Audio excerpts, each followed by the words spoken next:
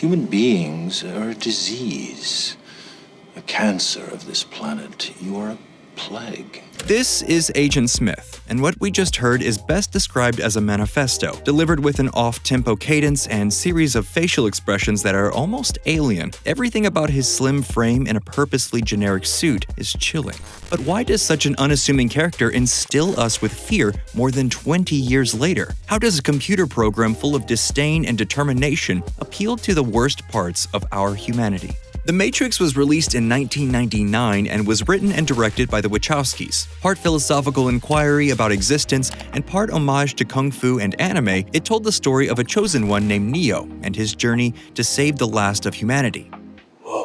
In order to do so, Neo traverses between the real world and a simulation known as the Matrix. Chasing him through the simulation is Agent Smith, played by Hugo Weaving. The Matrix itself is all about duality, existence and reality, choice and predetermination, Agent Smith and Neo. While Neo wrestles with what his role is within the Matrix, Smith is steadfast. We learn that Agent Smith is one of many programs designed by the Matrix to keep the simulation running smoothly. Smith is an uber soldier, adept with weapons and martial arts, but in the world of the Matrix, where any skill can be learned, I know kung fu. That is not what scares us. Through Weaving's wonderfully commanding and charismatic performance and a deftly crafted script, we immediately learn Smith is more powerful than the other agents. All agents are able to shift at will between bodies within the Matrix, but they all report to Smith. In an early scene before the full reveal of what the Matrix is, we are led to believe Agent Smith is an FBI agent. During an arrest of Neo, then going by John Anderson, the other agents stand in the back corner as Smith calmly sits across from Neo. As soon as he methodically sits down and unbinds his folder of evidence, there's an air of control. We often think of villains as unbridled madness, teetering on the unpredictability of violence. And don't get me wrong, that's effective and can be extremely impactful. But there's something terrifying in Smith's restraint. It's a sense of assumed power, a feeling that he can't even be bothered to be angry. And his mannerisms reflect that. A rehearsed poise that says this is just one more part of his day. One more thing he has to do before going home. That calmness in opposition to a chilling moment such as an arrest and threat of jail time is unnerving. It goes against every fiber of our fight or flight reflex.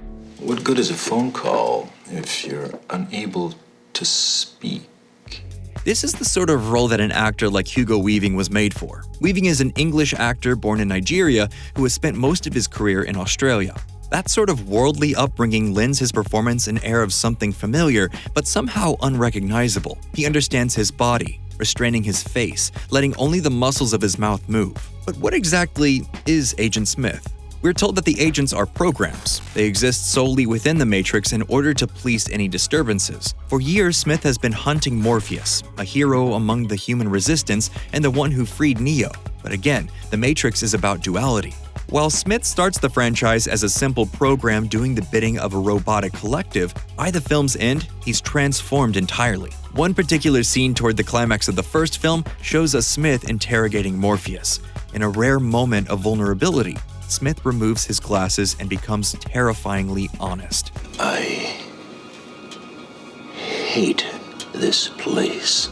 In this almost relaxed posture, we see the true Smith that we follow through the remainder of the franchise. He tells us he despises this simulation so much, even the smell has begun to upset him. It is an oddly relatable moment. I'm sure all of us can relate to being so angry, so frustrated that every single little thing becomes an irritant. It's here we start to empathize ever so slightly. And part of that is due to Weaving's performance. For the entirety of the film, we've seen Smith stilted. Weaving has said he based Smith's tenor and cadence on nondescript newscasters, with Lawrence Fishburne comparing him to a demonic Walter Cronkite. It makes sense, mimicking what would normally be considered a soothing, inoffensive tone. Through Weaving's mechanical filter, everything feels slightly off.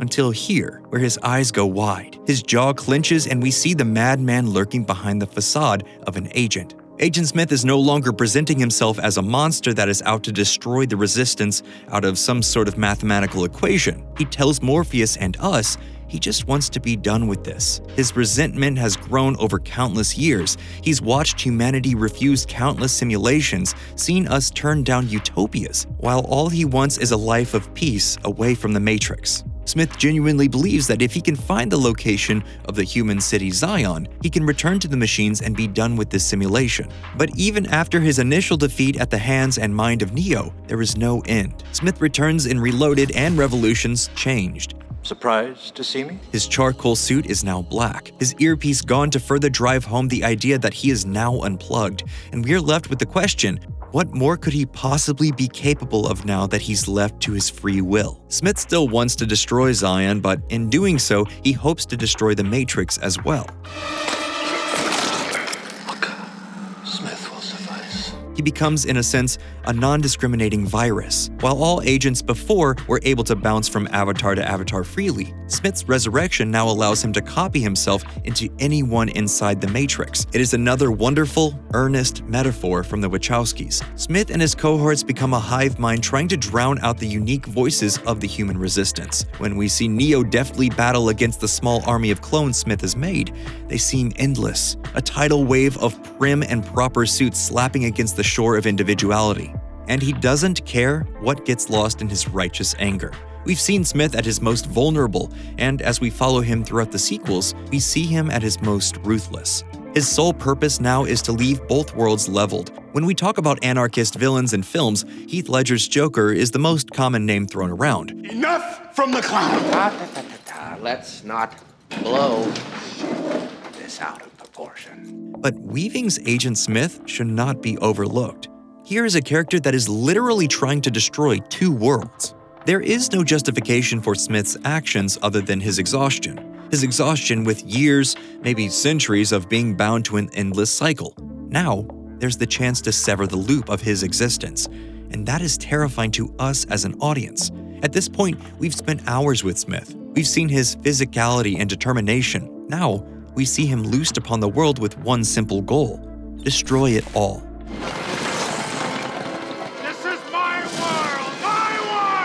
Agent Smith terrifies us because he is our mirror image. The worst parts of our frustrations towards a mundane world set to a repeating cycle. The character of Neo serves as wish fulfillment, what we would do with our lives if we were able to learn anything, know the world's true meaning, and look great in a black trench coat. But Agent Smith is an example of our worst tendencies gone wild. He's learned everything, seen humanity's origin, and is ready to watch it fall to pieces, simply because he believes he knows best. It ends tonight. I know it does. I've seen it. It is impossible to separate art from the real world. Lily Wachowski has come out to say the original films were about the trans experience, even if she didn't believe the world was ready at the time. And it's genuinely hard today to watch a traditionally prim and proper man exert his wants and choice upon the world with the context of what is happening around us. The world, in both real life and film, will always be filled with villains using their power to exert their wants. While they'll often say it is only to represent the people, characters like Agent Smith exist to remind us their desires are malicious and self-serving. As we watch Smith assimilate Neo at the end of Revolutions, we watch the victory wash over Smith's eyes. It is heart-wrenching to watch someone take so much joy in something so vile, so forced upon. He genuinely believes in his selfishness, and the repercussions of his decisions pale in comparison to what he has decided. That sense of ego truly makes him one of film's most horrifying villains. So what do you think? Is Agent Smith's ability to slink through the everyday crowd an intentional move on the Wachowskis' part? Let us know in the comments below and what other villains you'd like to see us cover on the channel. And thank you for subscribing to Nerdstalgic.